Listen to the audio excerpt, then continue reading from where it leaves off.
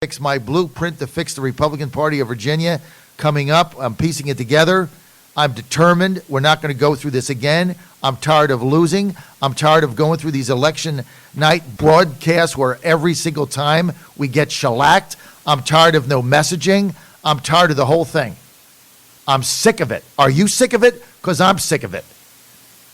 And I'm not going to stick my head in the ground like some of these other people and go on Laura Ingraham and say how great everything is because we did a rally in Louisiana. We got some real issues here that we've got to address. The economy is going great. Virginia's going great. The America First policies of President Trump are working. We're getting phenomenal success. Trump should be up by 15 based on his success. We're losing suburban women. Democrats are coming out in droves and voting against us. Why? They have jobs too. They have roads too. They want good things to happen for their children too. Why are they voting against us? We got our people out on Tuesday and still got shellacked. We lost seats we should not have lost. There were seats we should have gained, we didn't gain. There were leads we had that didn't materialize. Our polling is a disaster. I can go on and on and on, but I'm not going to stop. And I'm not going to just stick my head in the sand and turn on Laura Ingraham at 10 o'clock telling you that everything is great because somebody won a race in Cape May, New Jersey. It's not. I'm concerned about where I live, Virginia. Caucus of the Corn, Night of the Living Dead has taken over. By the way, Eileen might not even be the speaker, although she should be. And I'll say this right on the air.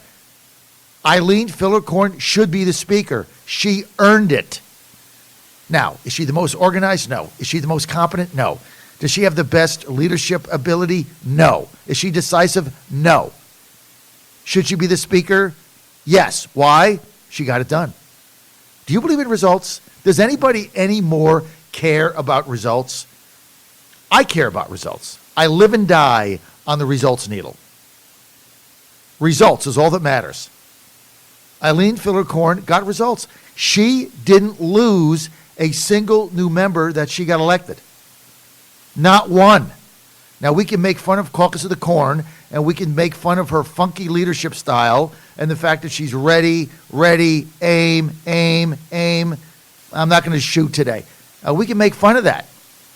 But they elected 15 crackpots in 2017 in the wave where if they had a D by their name, they voted for them. Sammy the Cat, if he was a Democrat, would have won in Northern Virginia. Plus, he'd do a better job because if nothing else, he'd sit there and he's cute. Plus, he did all the mice around the Capitol. So it'd actually be a benefit. But having said that, she protected every one of those seats. Every one of them got reelected. The only people that didn't get reelected are the ones that ran for Senate, like Cheryl Turpin and Debbie Rodman. But then those seats were won by Democrats. Mary Margaret Castleberg, the best candidate Republicans had, went down in Rodman's old seat. She's a great candidate. Now, we had some lousy candidates like Shannon Kane in Virginia Beach, Chesapeake. That was horrible. And we had a bunch of bad candidates. But Mary Margaret Castleberg was the best candidate we had, and she went down. She spent a lot of money and knocked on a bajillion doors. She went down. So Eileen Filler-Corn absolutely deserves to be the Speaker of the House. No question. And if the Democrats take that from her, shame on them. And I don't care about the ideology. I mean, I'm just telling you like it is. She's earned it. She's worked hard for it. She got the results. Somebody's challenger, I think, Delegate Aird or something. Sharice Aird. No shot. I think if the Democrats displaced Eileen Filler-Corn after all she's done to bring them this leadership position, they should be ashamed of themselves. And I don't think there's any new member that's going to vote against her because she got them all this money. So it's going to be Eileen, and it should be. For the Republicans, it needs to be Terry Kilgore. Okay, so let's outline this and give you the cold, hard truth here. Democrats in Virginia coming out in droves. They win again. We need change. We need change in the message. We need change in the approach. We need change in a lot of things. the first thing we do is we need to elect a minority leader of the House of Delegates. This is a key position in Virginia because they set the tone, they set the stage. And that's why I've endorsed unequivocally Terry Kilgore, just had him on. Absolutely, step one, we need to do it. Terry's articulate. He understands Southwest Virginia. He can put a message and a coalition together. He's a healer, not a divider. He's your thinking man's candidate, not a bomb thrower. And that's what we need right now. We need to expand the base, not contract it. We need to bring more people in, raise money. Terry Kilgore can do that. His opponent, Todd Gilbert, Shenandoah Valley, disaster, catastrophe. Bomb thrower, grenade thrower, self-styled, part of the Nasty Boys. What is that going to do right now? That's going to do nothing for us. Here's what here's two things on Todd I'm turned on. One, the press release he sent out election night, I couldn't believe it. In his press release, he talks about, one, how many votes he got in Shenandoah Valley. I had to read it twice. I thought it was a parody. How many votes he got. Who the hell cares how many votes you got? We just lost both majorities. And he's saying about how many votes he got. He got a higher vote turnout than he's ever had. I'm great. I'm Todd Gilbert. I got all these votes. Yeah, you're in Shenandoah Valley. I could run Kiera there and she'd win. Are you kidding me? I got all these votes. I'm great. Seriously, Todd? And then he immediately starts throwing bombs at people. Here's what the Democrats are going to do. Okay, well, let's wait till they do it, and then let's articulate a message. Let's articulate why it's not going to be effective. Let's have a conversation with Virginians. Not a nastygram. Worst choice imaginable, Todd Gilbert. Sorry, Todd. I guess you'll put now a hate piece up on your wall about me like you did about my friend Joe Morrissey. Second thing, hates Joe. I don't have time for hate, guys. I got time for love. I don't have time for hate. You don't build anything through hate. You build it through outreach and love. We are in a rebuilding situation. Now, right now, Joe Morrissey, Senator-elect Joe, I know he's my friend, disclaimer. I know he's my BFF, disclaimer. I know we hang together, disclaimer. Any other disclaimers, Kara? All disclaimers. We bet football together, we drink together, all right, it's all disclaimers. He's my buddy. Okay, fine, whatever. I'll disclaim all that. But here's the thing about Joe. Right now, Joe is a Republicans in the Senate best friend. Joe is an independent thinker, took no money, ran on his own, funded it, won, beat Roz Dance, kicked her butt, did it with a grassroots effort. Now he's senator-elect. He's an independent thinker. He's a fiscal conservative. He's pro-life. There's a lot of things here about Joe that are good. And Republicans are going to need Joe for the next 4 years in the Senate. Joe could be the one guy who could stop all kinds of crazy stuff. And so why are you going to hate on him? You need to bring him in. Joe's going to be courted by everybody. Because 2119, Joe's a swing vote. He abandons the Democrats on Kathy Tran. You just need one more sane Democrat to say, that's a bridge too far for me. Maybe it's a Chap Peterson. Maybe it's a David Marston. You know, maybe it's a McPike. I don't know. It's somebody. You just need one more. Fairfax, forget it. He's going to vote down the line with every liberal left-wing thing you can imagine because he's running for governor. So forget that. Saslaw's sane. Joe's sane. They're not nuts. They're not caucus of the corn. They're not going to take your guns away and have jackboot people come to your home and put you in jail. They're not going to do that. They're not going to repeal right to work laws. They're not going to raise the minimum wage to $50. They're not going to do that. They're sane people. Joe's your best friend. Todd hates him. He's got things on his wall. Hate Joe. Wrong guy. You need to build coalitions. You have to govern and lead and build a bigger tent. I'm sure Todd's all for sanctioning Denver Riggleman. Another stupid thing the Republicans are doing in Southwest Virginia. Denver's a great patriot and a great man, and that has pissed me off to no end.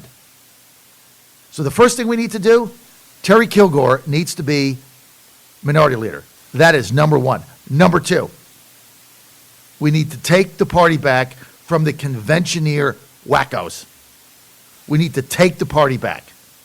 There's going to be a convention in May. We need a new chairman. Jack Wilson, nice guy, can't do the job, can't win. We need to get a candidate for chairman who can raise money and build the party and be a spokesperson and beat back who the conventioneers in the 5th or the 6th district are going to put up to be chairman. We're going to have to beat that back, because if they get control of this thing, you'll raise no money, you'll have no chance, they'll contract the party, and all they'll be doing is censoring people. Censor Denver Riggleman because he married 2 gay guys. Censor John Fredericks because he's pro-gay rights. Censor Rob Whitman because he didn't vote the right way on this. Censor, you pick the person, right? They're going to be weighing in on every primary.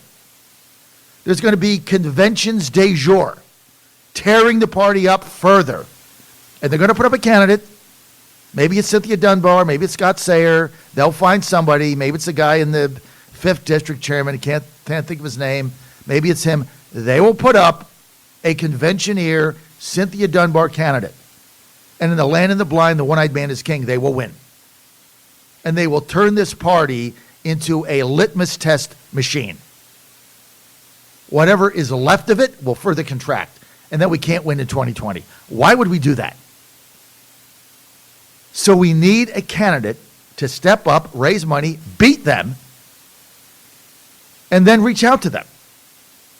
Because the one rallying cry in 2020 we're going to have to bring everybody back together is Trump v. Socialist, Trump v. Warner, Trump v. Sanders, Trump v. a crazy.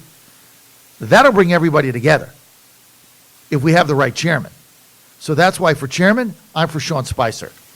Is he going to run? I don't know. I'm trying to get him to run. He should run. If not him, then I'm for Bob McDonnell. I'm for somebody to bring the party together. Look, Spicer could do it. He can raise money. He's a star, Dancing with the Stars. He's going to end up winning that. He's a spokesperson. He's a tireless worker. He's a Trump supporter. He's a surrogate. Why not Sean Spicer? You got a better candidate? Sean, you need to run for chairman. You need to commit, spend the money, win, then start putting the party back together. And you can't do it without raising money. And then we have to start registering voters. And then we have to do what the Democrats do. We have to build a machine on the ground. I mean, their turnout machine is phenomenal. I mean, what they did in Virginia, again, they're running circles around Republicans. Their polling is better. Their turnout apps are better. And here's another thing that the Democrats have done that is brilliant. They go to these precincts and they find the number 1 or number 2 Democrat precincts where they have the most Democratic voters. And they focus on those along with everything else like a laser beam. They get phenomenal turnouts. They get them out. Social media, apps, their polling is better. Let me give you an example. Tim Hugo, Northern Virginia, was telling me up until Election Day, I'm ahead. I've done 8 polls. I'm ahead by 2. I'm ahead by 1. It's tied. All different kinds of methodologies. Dan Helmer, his opponent, they stopped campaigning 2 weeks ago. They were ahead by so much. Helmer blew them out. Their polling's better. They have a better model. They have a better predictor. When you're blind, you don't know what to do. Our polling is awful. That's got to get fixed. So it starts with Terry Kilgore, minority leader in the Senate. I could care less. Tommy, yeah, well, yeah, whatever. Somebody else, Stanley, yeah, rah. It doesn't matter. It's the caucus leader of the House that de facto becomes the spokesperson, because that's where the battle is. It's in the House. So you need an effective spokesperson with an effective team. And Terry can put that together. Todd will throw grenades around. He'll get a soundbite. Woohoo! Todd's tough. And you get nothing. That's not a plan to build. That's a plan to blow up. That's not working for us. So, Kilgore 1, Spicer, chairman, Republican Party number 2. Call him, text him, recruit him. He's the guy to turn this around. Plus, Spicer can get on the phone and raise money and rebuild this thing. The Democrats have built a Democratic Party of Virginia led by Susan Schweiker. They have a machine, folks. They got 50 people that are going to be staying on the ground. They never fire. They never lay them off. They got jobs today. You go in that SunTrust building in Richmond, they got 50 people there. You know how many we got? 1. And a coffee pot and a beeper. It's a joke. You can't possibly be competitive when they've got 50 full-time people. And we have 2. And an answering machine from the open chain days in 1978. Third thing we have to do, let me give you the third thing, is we got to get War Room and Bannon involved. If you listen to Bannon's show on the John Fredericks Radio Network, that's going to be on in 5 minutes when I get off the air today? They are giving you the blueprint right now for impeachment. And it's not fake news, a coup, deep state. It's Adam Schiff. No, it's substance. It's policy. This is a policy shift that the permanent governing class doesn't want. Here's what Trump tried to do, make them accountable. Here's what Morgan Griffiths said the other day that's gone by the wayside. In Ukraine, one administration stopped an investigation on corruption. The other one started it. That's the difference.